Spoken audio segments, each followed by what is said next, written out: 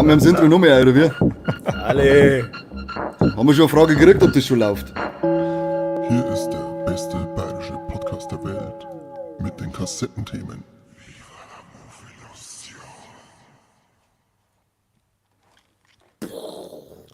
Alter, Mindfuck. So, da warten wir wieder.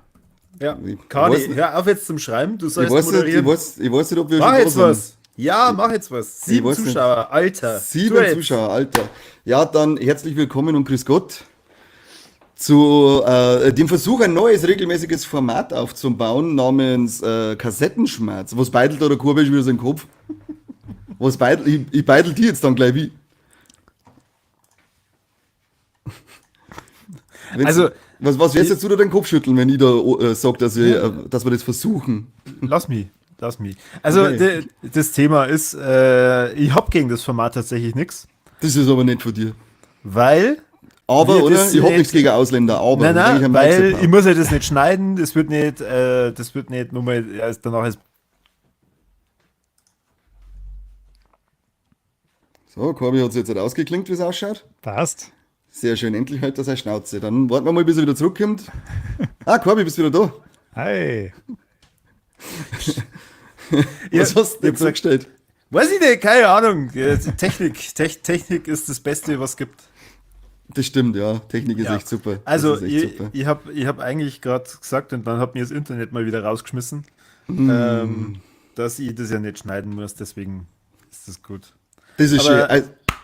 Aber dann, erklär's. wie gesagt, ja, in der Filmwelt passieren ja immer ganz viele Sachen und wir haben uns jetzt überlegt, einmal in der Woche zum Aufnehmen zusammensitzen ist zwingen. Darum sitzen wir uns gern jetzt jeden Montag noch her, planend um 19 Uhr mit den Kassettenschmerz zum Anfangen und erzählen wir euch dann einfach mal ein bisschen, was uns bewegt hat an Meldungen, die wir gekriegt haben von den Reichen und Schönen. Nicht von uns, sondern von den anderen aus Amerika, die Reichen und Schönen. Vielleicht von den Deutschen, anderen aber Reichen und Schönen. die anderen Reichen, die anders Reicheren, aber dafür nicht so Schönen. Vielleicht einmal welche aus Deutschland, ich weiß nicht, da findest du aber nicht so viele gute News, aber mal schauen, was die Filmwelt so bringt. Das Ganze wird relativ kurz über ablaufen, eine halbe Stunde, dreiviertel Stunde, je nachdem, wie es eskalieren. Und ja, wenn ihr zuschauen wollt, schaut uns zu, wenn nicht, dann fickt euch. Das hast du so schön gesagt. Es ist richtig toll für die Leute, die normalerweise uns nicht kennen, dass die hier mit einsteigen können. Was prädestiniert denn uns, dass wir über Filme reden? Nix. Gar nichts. Gar nichts. Seit Tag 1 sagen wir es ja, dass wir völlig ahnungslose sind und dem bleiben wir treu. Also ich habe jetzt auch keine einzige Quelle kontrolliert von den Sachen, die ich gelesen habe. Du wirst ja nicht mehr ja. über Überschrift gelesen haben, oder? Bist du wahnsinnig? Bin ich bescheuert, man sieht die Zeitung und sitzt mir hier und kontrolliert es. Ich habe nur Reels auf Instagram durchgescrollt und dann habe ich so, hey cool, der Trailer zu Spider-Man 4 von Sam Raimi, das muss stimmen, das werde ich jetzt verzeihen, dass der kommt. Die Beitel, die So was Szenen ist schauen zwar aus wie aus alle Spider-Man-Filme zusammengeschnitten, aber das wird schon seine Richtigkeit haben, wenn es auf Instagram läuft. Also nachdem Wenn's ich im mich Internet belehren ist, ist habe es wahr. lassen, und der Kani mir erklärt hat, dass wir halt nicht einfach nur über Nachrichten reden und die 5 Stunden Tagesschau-Recherche für den Arsch war. Habe ich mich dann aber noch hingesessen, aber ein bisschen was dann recherchiert zu Serien und Filmen und habt ihr es gewusst, dass nächstes Jahr eine neue Game of Thrones Serie rauskommt? Welche? Weil ich habe nämlich nur das mitgekriegt, dass die John Schnee Spin-off-Ding ist eingestampft worden. Nein, nicht Ja, Das das ist selbe- klar, weil die ist ja eingestampft worden. die. Der vom Hedge Knight, also den Heckenritter. Da wo es ja die Comics gibt, oder? Ja, genau. Aber Ist er das heißt jetzt nicht- offiziell? Ja, ist offiziell. Es werden 6 Folgen. Und es ist aber, der Titel ist nicht irgendwie Heckenritter oder so, sondern es ist a Knight of the Seven Kingdom. Nein. Ich glaube, den Namen habe ich sogar irgendwo gelesen. Das Thema ist nämlich, die haben den nämlich gekürzt, weil es hätte eigentlich kosten Game of Thrones, A Knight of the Seven Kingdoms, The Hedge Knight. Und dann haben sie gemerkt, dass das scheiß lang ist. Aber Game of Thrones kann man natürlich nicht rausschmeißen. Na, geht gar nicht. Deswegen haben sie dann die 3 Wörter hinten, die sie zwar eher angeboten hätten als Titel, einfach rausgeschmissen. Game of Thrones in the House of the Dragon with the Hedge Knight in the Seven Kingdoms. Ja, vor allem, das wird ja richtig schön komplex. Weil das spielt ja mehrere hundert Jahre vor Game of Thrones, aber wieder nach House of the Dragon. Also schöner Lückenfüller für die Zeit, wo wir nicht wissen, was los ist. Ja, vor allem. Aber ist der Heckenritter, Hand ist nicht so einzelne Geschichten mehr? Ja, es ist so ein bisschen episodenhaft, aber die zwei, die halt da zusammenfinden, das sind schon immer die gleichen. Auf jeden Fall frage ich mich, wie wollen sie das. Also, eigentlich ist es dämlich, dass das jetzt schon rausbringen, weil im Prinzip spoilerst du halt alles, was in House of the Dragon passiert. Bis zum Schluss hin. Glaubst du, dass das dann wirklich dann? Meinst du, dass in der ersten Folge sagen, wisst ihr es eigentlich noch damals in House of the Dragon, wie das und das passiert ist? Wir wissen ja, dass das Haus der Guardian untergeht. So schlimm kann es nicht sein. Nein, also soll ich jetzt das spoilern oder nicht? Nein, lass mich. Nein! Ich glaube, dass du spinnst. Du wirst auf einmal unser unbeliebtestes Format. Das ist ein Spoilerformat. Da wird dann der Spoilerschmerz, nicht der Kassettenschmerz. Na, ich freue mich auf jeden Fall schon auf die zweite Staffel House of the Dragon, die jetzt dann im Sommer rauskommt. Stimmt, ja. Dann. Übrigens, wer immer da tippt, das hört man extrem. Ja, die wollen ja, wer ich tippe auch nicht. Das ist irgendwie, weiß ich auch nicht. Na, wir erwählen jetzt dann für unseren Chat einen Moderator und der darf dann das alles moderieren, aber du hörst jetzt auf. Entschuldigung, ich darf nur mit euch reden. Ja, richtig. Aber wenn du schon bei Serien bist, ich habe auch tolle Serien-News, und zwar für Horror-Kassetten-Fans. Es ist ja angekündigt, wir haben jetzt schon 15 Jahre nichts mehr gehört von einem unserer Lieblings-Slasher-Helden, Jason Voorhees. Ich glaube, 15 Jahre dürfte es her sein, seit das Remake war. Und dann, Freitag der 13. ist es, oder? Ja, genau. Gut, Corby, gut, du Hundling. Hundling. Filmpodcast. Ja, da trinke ich mit, warte, Prost, Corby. Purer Wodka.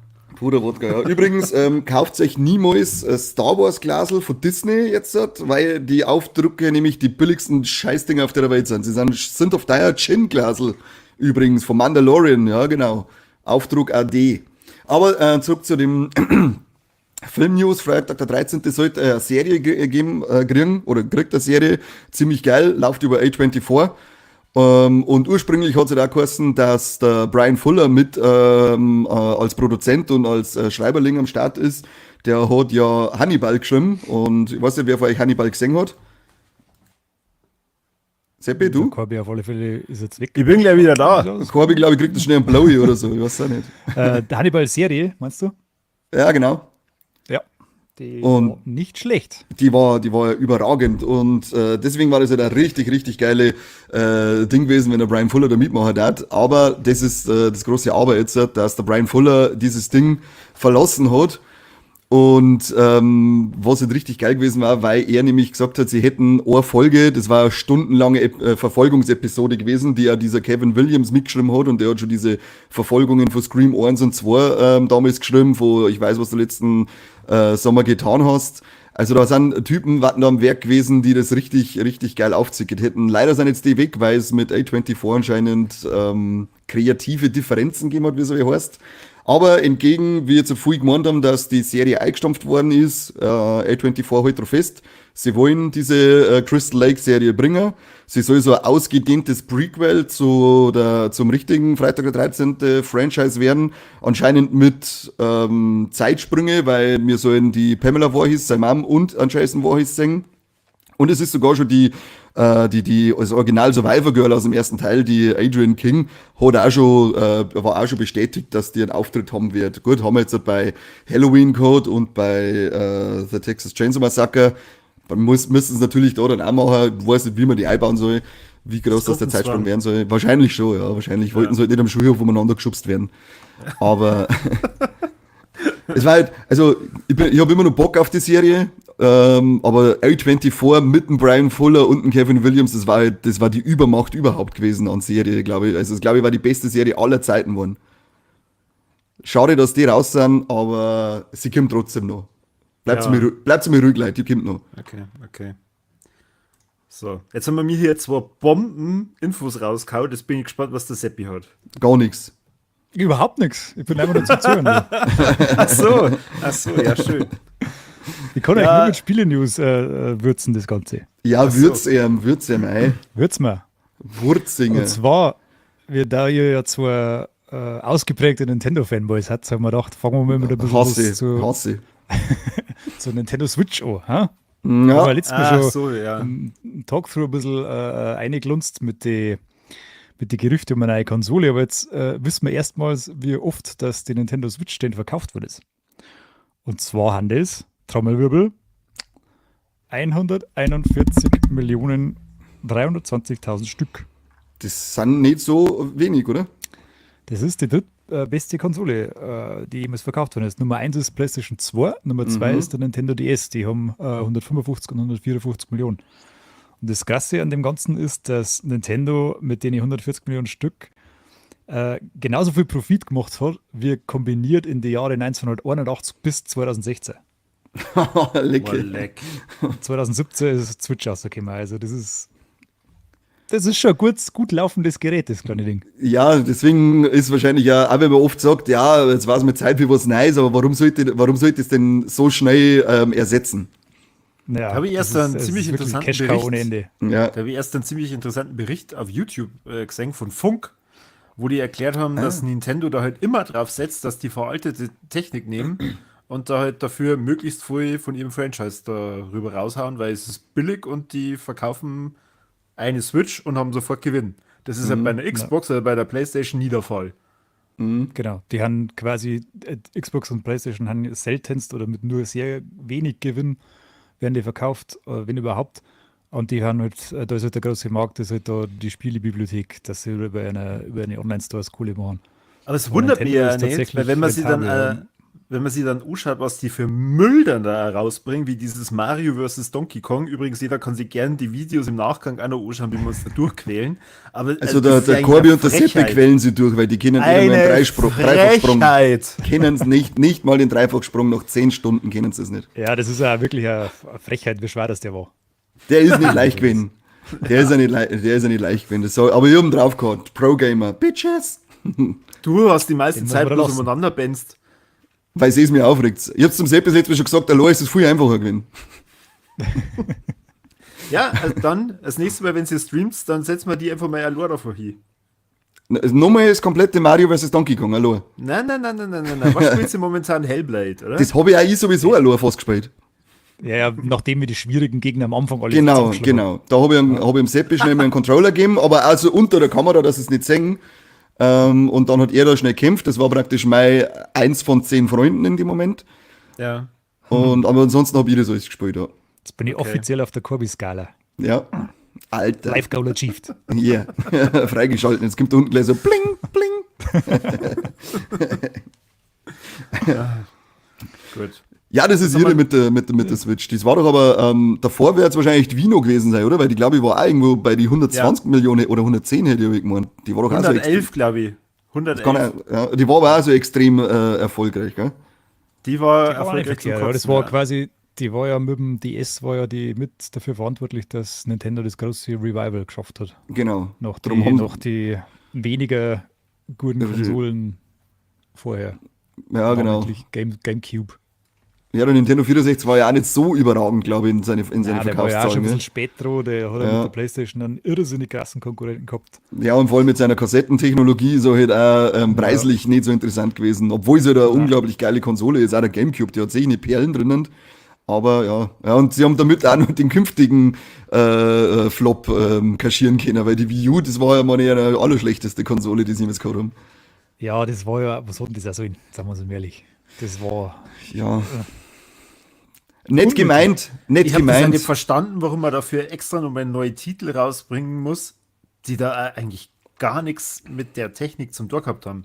Ja, Also das ich ist ärgere einfach, die mich- Technik war zu teuer anscheinend Nein, für die Umsetzung, weil hast du das Zombie U gespielt? Na, ich meine jetzt zum Beispiel Wind Waker. Das, Ich finde das bis heute völlig sinnlos und kacke, dass man das auf der Wii U rausgebracht hat, aber auf der Wii nicht und danach auf der Switch auch nicht. Ja, prinzipiell finde ich es jetzt gar nicht so verkehrt, weil das war schon cool mit dem, dass du deine Karten auf dem Tablet gehabt hast. Vorausgesetzt, du hast mit dem Tablet gespielt. Aber es waren halt dann nur Spielereien. Weißt du, ich weiß, was du meinst. Ich hätte es auch lieber in einer viel geileren Optik dann auf der Switch jetzt noch gehabt. Aber es waren halt dann, bis auf Zombie U ist das einzige, bei dem es mir jetzt einfällt, wo du das wirklich hernehmen müsst, weil da hast du einen Rucksack gehabt mit deinen Sachen drin und dann hast du immer in den Rucksack schauen müssen, dazu hast du halt mit dem Tablet arbeiten müssen, aber das Spiel hat nicht pausiert, währenddessen hat es sein können, dass der Zombie anschleicht. Und da haben wir gedacht so, hey, das sind echt coole Ideen. Bin ja gespannt, wie sie es bei anderen Sachen umsetzen, and it's gone. Es war, das Tablet war dann wirklich reine Spielerei und sonst nix. Ja, wie bei Kirby und der Regenbogenpinsel, wo es mich vielleicht ein Tablet kostet hat, weil es mich so aufgeregt hat, weil das also schlecht zum Steuern war, der Scheißdreck. Aber ja, also die Wii U, das war wirklich, das war eine Gurke. Drum sind jetzt so ziemlich alle Spiele, die sie auf der Wii U gebracht haben, auf der Switch nochmal rausgekommen als Deluxe Edition. Ja, bei der einfach fast keiner gesehen hat, ne? Ja, eben, und es sind wirklich gute Spiele. Es ist halt das Traurige, es sind wirklich gute Spiele, die hat keiner gesehen, aber naja, sei es drum. Ja, was wirklich auch gut ist, ich habe nur eine Serie dabei, die kommt jetzt dann schon im August, ich glaube ab 1. August auf Prime. Und das ist, glaube ich, eher was für einen Seppi und für einen Guilty Boy war es natürlich auch, nämlich Batman Caped Crusader. In dem Animationsstil von der Batman The Animated Series, die in den 90er gelaufen ist. Geil. Die Richtig geil. Wo ist die drin? Netflix, oder? Netflix ist sie komplett drinnen, genau. Prime. Prime hat, glaube ich, nur einen Teil drin oder dann zum Zoll. Netflix hat es komplett gratis drin. Produzenten ist der Originalerfinder oder der damalige Serienschöpfer, der Bruce Timm, dann der J.J. Abrams und der Matt Reeves, der den grandiosen The Batman jetzt gemacht hat. Und in die 10 Folgen soll anscheinend einer der Hauptantagonisten, was ich auch richtig geil finde, der Clayface sei, der Bruno Basil Carlo heißt der. Und Clayface hast du ja noch nie wirklich irgendwie, außer in Comics, präsent als Gegner gehabt. Das finde ich auch mal richtig geil, dass da mal eine andere Figur aus der Schublade gezogen wird. Catwoman, meine ich, hat man schon in Beutel gesehen, Harley Quinn, da kann wahrscheinlich der Joker auch nicht weit sein, aber jetzt erst einmal in diese ersten 10 Folgen soll man einen Clayface kriegen. Und das finde ich, habe ich richtig Bock drauf. Beutel schauen cool aus, das Kostüm schaut auch cool aus. Ich weiß jetzt nicht mehr, an welcher Comic-Reihe sie das orientiert hat. Schaut aber alles richtig fett aus, habe ich Bock drauf. Also 1.8. Prime Batman Caped Crusader. Da versuche ich jetzt gleich Ist was. notiert. Und zwar, ich habe auch eine DC-News. Eine DC-News, gell? Teen Titans kriegt eine Realverfilmung. Das war's. Okay, super. Sabbert. Ja, ich bin auch begeistert. Und die Teen Titans Sims gibt's ja schon. und als die Sims Realverfilmung. wird verfilmt. Boah, da habe ich auch was Was wird gelesen. verfilmt? Die Was Sims. ist Sims. Die Die Sims. Sims. Ja. Ja. Oh Gott. Ich weiß schon, du hast die ganze Zeit drauf gewartet, gell? Endlich eine dieser großen Spieleserien, die seit Jahren existiert. Finally. Wo waren die Filme? Wo waren sie? Margot Das wär doch Robbie so- produziert den mit. Möchte ich Gibt's nicht, da irgendwelche Infos dazu? Margot Das Robbie würde ich sehen, produziert den, ja. Nein, ich meine, Und- wie das aufgebaut werden soll. keine Ahnung. Ja, der Regisseur von Lego Movie wird das wahrscheinlich vorantreiben. Es wird eine Serie. Mike kriegt der Schlagerl. Ich Also, glaube, ja, ich möchte einfach nur, was ist wieder eine Serie? Da möchte ich einfach nur 10 Folgen lang, eine Stunde lang, wie es Manschgerl in einen Pool reinschmeißen und Treppen wegbauen. ja, genau. Es soll ja auch zum Monopoly-Film kommen. Was? Ja, das kann ich mir vorstellen. Ich überhaupt nicht. Du Doch, weißt das nicht, ist im- wie Wall Da kann man Street. eher nur Sims vorstellen. ja, oder Mühle. Okay.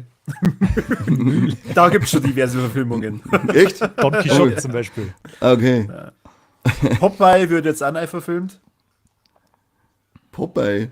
Ja. Mit dem The Rock dann als Popeye, oder? Na, das wissen sie nicht. Das waren ja lauter so AI-Trailer, die da rausgekommen sind. Ja, ja. Aber anscheinend haben sie da jetzt was vor.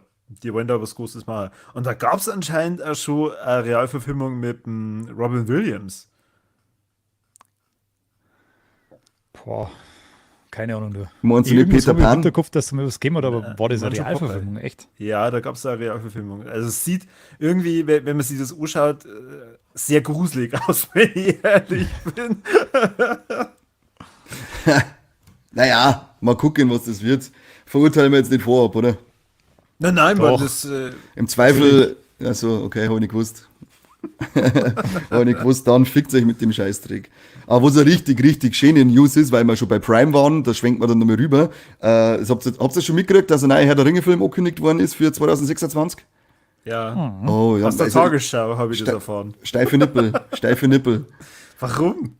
Alter, der Andy Serkis als Regisseur, Peter Jackson ist scheinbar auch wieder als Produzent mit dabei. Und es geht, soll ja heißen, der Hand vor Gollum. Also ich hab da schon Bock drauf, weil wenn die nämlich aus dieser Originaltrilogie dabei sind, dann hoffe ich mal stark, dass sie auch diesen Stil wieder mit einbringen. Ich hoffe ganz stark, dass wir ein bisschen weg von dem Hobbit-Stil zurück zum Herr der Ringe-Stil gehen. Das glaubst du doch selber nicht. Ich hab gesagt, ich hoff's, lass mich in Ruhe. Aber ich hab da richtig Bock drauf. Also Andy Serkis, was hat jetzt der? Der hat doch schon ein paar Regien geführt, die gar nicht mal so verkehrt waren. Jetzt muss ich aber schnell, da muss ich jetzt schnell spicken nebenbei, weil ich mir da nicht mehr sicher bin. Aber ich habe stell mir das da, immer so vor, wie beim Peter Jackson ein Haufen Leiter sind, die dann sagen, du, ich hätte dir helfen mit die Kostüme bauen und so, ja, stellst du mir da hinten hin, vielleicht braucht man es ja. vielleicht. Genau. Und dann schaut er nach rechts und denkt sich, hey, ich habe ja einen Computer, kann ich jetzt ja alles machen damit. Jetzt pass auf, was hat er gemacht? Ah, stimmt, er hat diesen düsteren Mowgli hat er gemacht, den Netflix-Film, den Ja. Legende des Dschungels. Oh, der war Und gut. ja, der war nicht schlecht und er hat Ding gemacht. Was? Der hat sogar beim zweiten Venom Regie geführt. Gut, das war sicher Auftragsarbeit, das verzeihen wir ihm jetzt einmal. Das verzeihen wir ihm jetzt aber mal. Was aber, wie gesagt, ich hab da Bock drauf, ich bin immer her mit dem Herr der Ringe Content und mit den zwei Namen bin ich erst einmal guter Dinge. Der Ende des Jahres kriegen wir noch The War of Rohirrim und morgen, am 14.04., kriegen wir mit den ersten Teaser zur Staffel 2 von Ringe der Macht. Dann müsstet ihr die erste Staffel mal zu Ende gucken. So jetzt schauen, weil dann kannst du nämlich aufregen über eine zu starke Frauenrolle, weil die Galadriel, die 2000 Jahre lang Krieg geführt hat, das gibt's ja nicht, dass die so grantig ist und so gut kämpfen kann, das gibt's ja gar nicht. Weiß ich auch nicht, nach 2000 Jahren Krieg und Leid und alle sind rundum gestorben, weiß ich nicht, warum ich dann verbittert und grantig bin. Du kennst mich doch, als dass ich mich über starke Frauenrolle aufregen. Nein, du doch nicht. Nein. Du doch nicht. Der Mike ist ja nicht da, also fällt normal nichts. Ich sehe keine Probleme, nein. Ja. Ja, nicht. Ich hätte noch Aber- was, wo man gerade. Bist du durch? Nein, Hast du noch Herr der Ringen? Du musst den Kani einfach unterbrechen. Herr der Ringe ist Ja, durch. das. Okay, Blut. Nein, weil der Seppi hat einen Weil wir- Anstand im Gegensatz zu dir. Schweinekopf. Ja, da zeigt ein Bläschel. Sauen. Jedenfalls, Prime hat ja nur einen ganzen heißen Köcher in der Köcher. Wie sagt man? Kommt nicht Ja, ja, Köcher, Köcher, alle ja. noch was in der Schublade. Wer? Das war die Was? Prime, Amazon Prime. Amazon Prime. Die Blade Runner Serie. Weiß nicht, ob ihr die auf dem Schirm habt. 2099. 2099, oder? Mhm. Genau. Und da hat sich ja jetzt ergeben, dass wir eine erste Hauptrolle besetzt haben. Und das ist die wie heißt Michelle Yeoh. Michelle Yeoh. Yeah. Ist das For der Name everything, oder hast du die verschluckt? Das ist, das ist der Name. For Everything Everywhere All at Once, die Hauptdarstellerin ist das. Ah. Und die soll da laut Variety eine Replikantin namens Olwen spielen, die sich quasi schon dem Ende ihres Lebenszykluses nähert. Aber mehrere Details zur Handlung gibt es leider nicht. Mhm.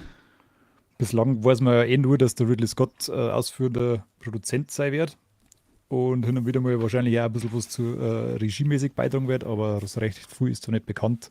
Du meinst, solange er noch lebt. Lisa ist Showrunnerin. Solange er noch lebt, ja.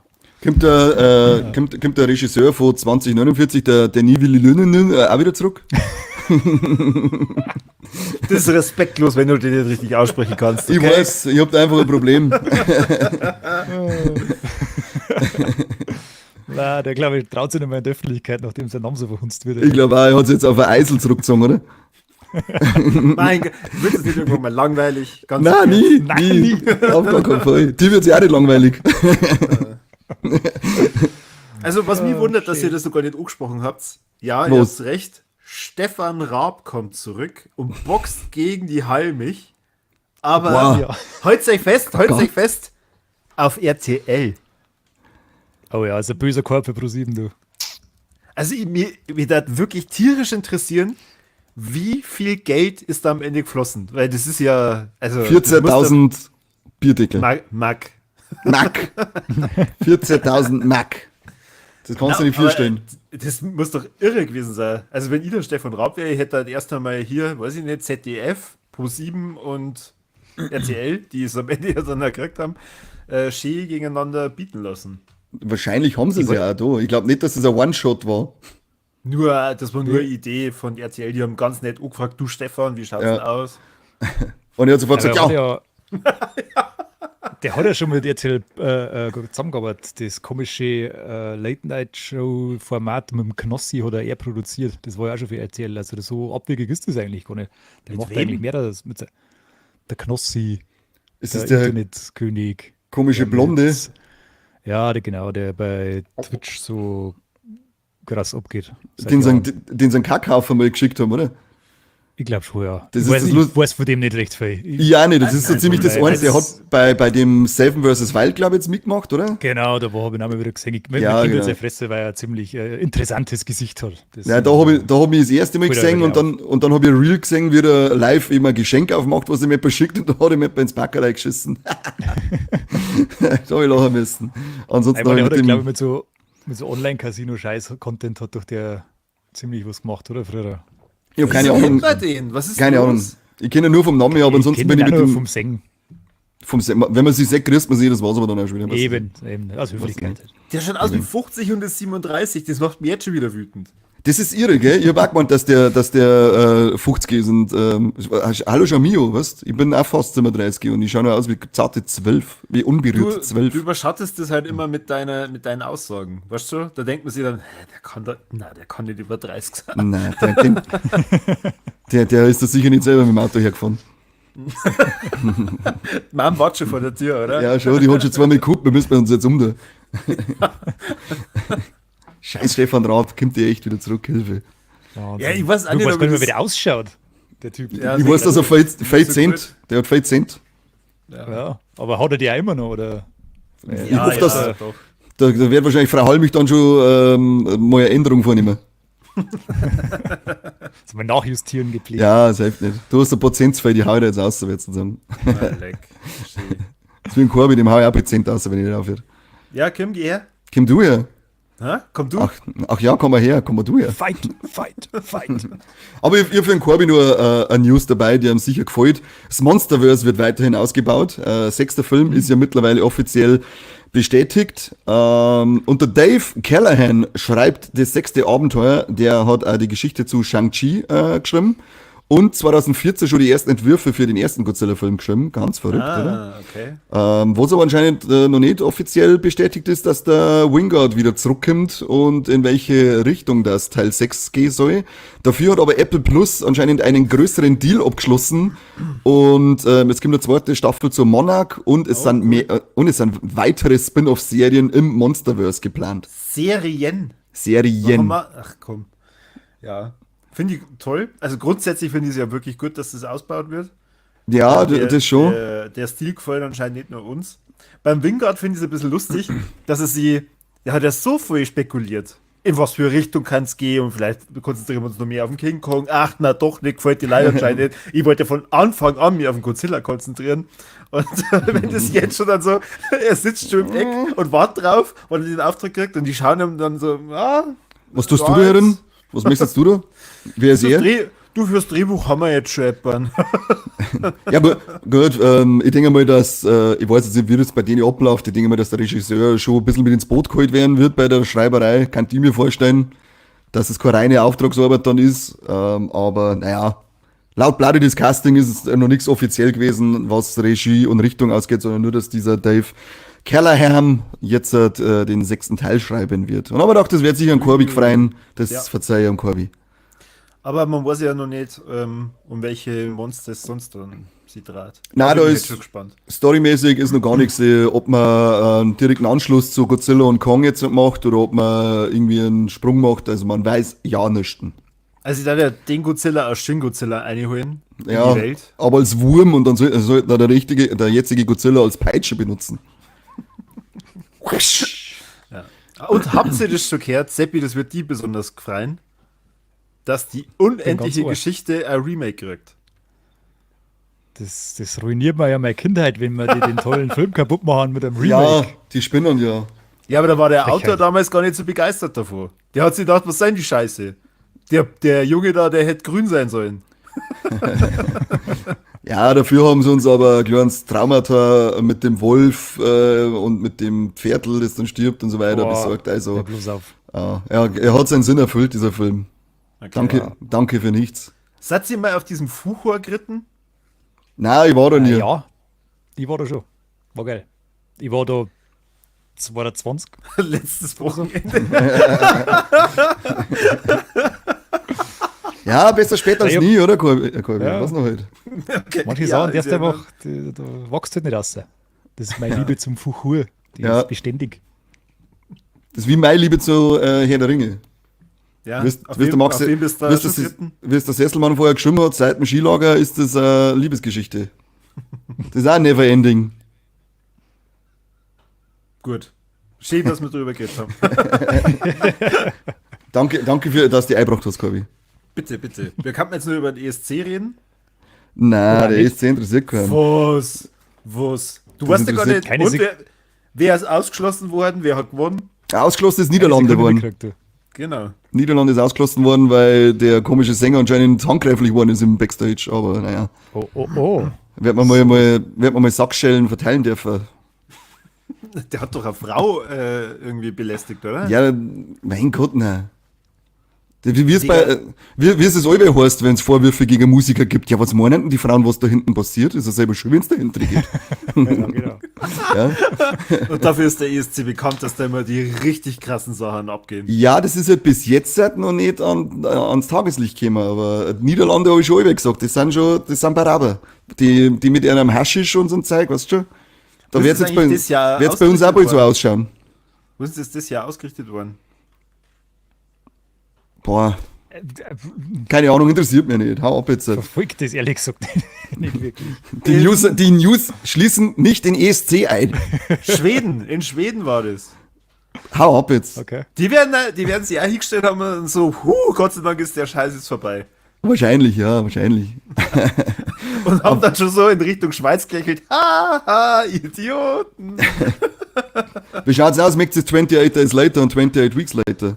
Ja, da haben wir Vale. doch in die Vorlex drüber geht, dass da ein neuer Teil kommt. Genau, und jetzt haben wir nämlich auch schon einen Kinostart. Am 20.06.2025 soll der erste Teil einer neu geplanten Trilogie kommen. Alex Garland schreibt diesen ersten Teil jetzt, den 28 Years Later. Danny Boyle wieder Regie, das ist, glaube ich, das gleiche Duo wie bei Teil 1.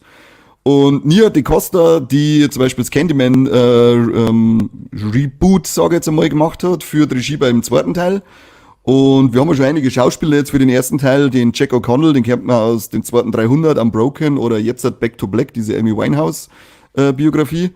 Den Aaron Taylor Johnson, unser Kick-Ass, oder weil wir schon beim Monsterverse waren, Godzilla 2014 war er dabei und Savages.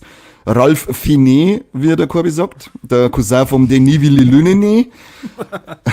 Bekannt aus eben The Menu, Red Dragon, den glaube ich muss man nicht erklären. Und dann noch die Jodie Comer. Die kennt man aus Killing Eve, aber ich habe Killing Eve noch nicht gesehen.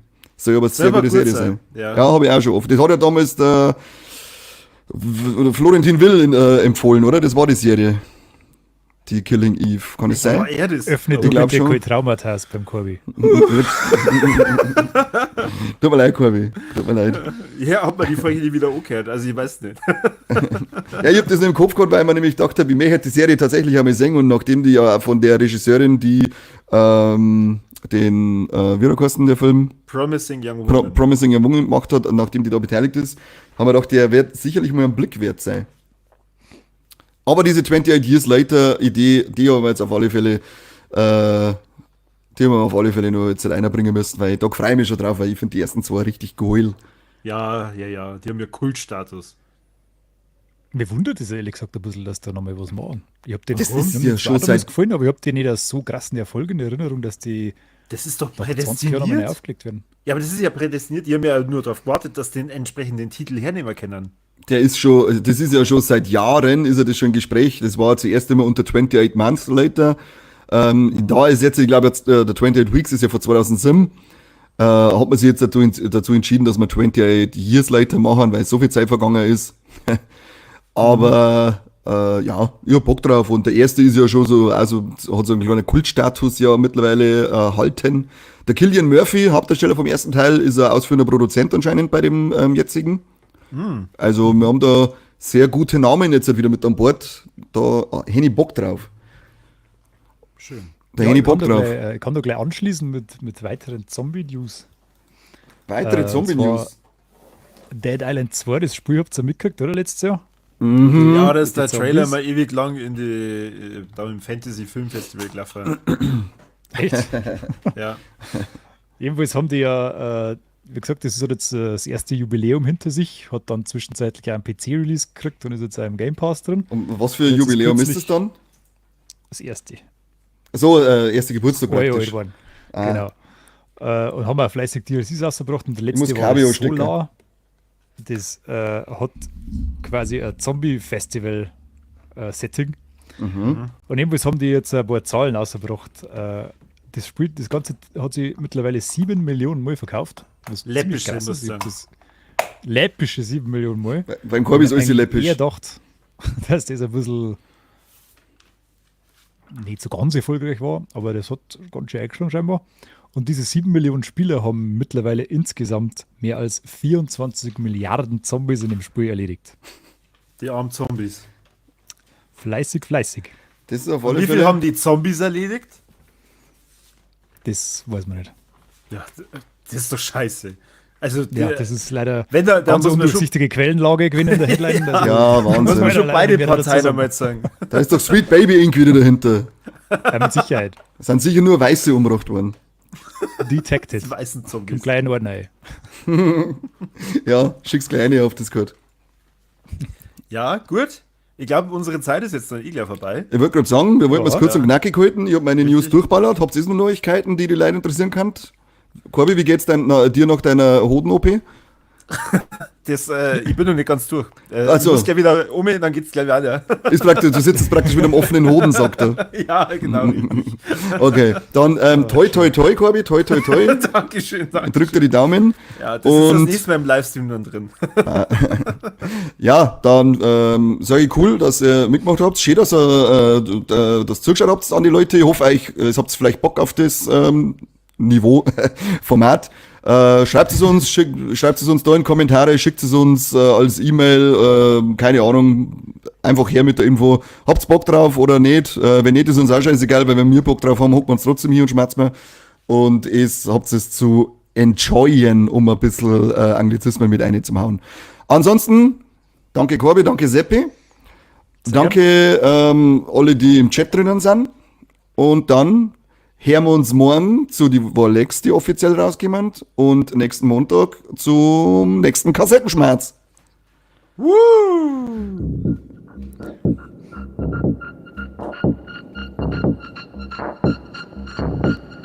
Hier ist der beste bayerische Podcast der Welt mit den Kassettenthemen.